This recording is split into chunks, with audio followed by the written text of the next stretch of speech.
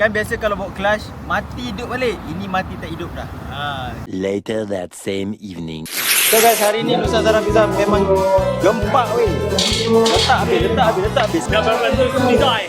800,000. Hilang weh. Apa? Penjepit coklat tu hilang. Ada barang hilang pun. Weh, gila weh. Hari ni Nusantara Pizza memang meletup kau-kau punya. Jadi, orang nak panggil dia event pun tak ada masalah.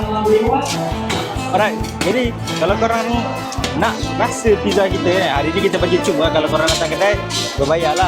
Tapi hari ni hari special, hari raya, hari yang aku nak belanja korang beberapa persen lah. Kalau korang datang, korang tengok video ni, korang like and korang repost, so korang tunjuk dekat cashier, kita akan bagi diskaun untuk korang semua. Okay, jadi yang mana berminat korang boleh waste je Nusantara Village dan korang akan sampai di sini. So makan hari ni kita bagi pizza sebanyak ratusan pieces. So yang mana nak makan tengah hari pun kat Nusantara boleh, tak ada masalah sebab kita pun ada menu masakan kampung iaitu ikan pantai tempoyak, siput sedut dan juga yang lain-lain, dan paling padu adalah asam pedas tetel dan ikan tempoyak. Ikan tempoyak apa tau? Ikan tempoyak jerantut. Kalau tahu kan ikan pantai tempoyak jerantut tu macam mana? Jadi korang kena datang Nusantara.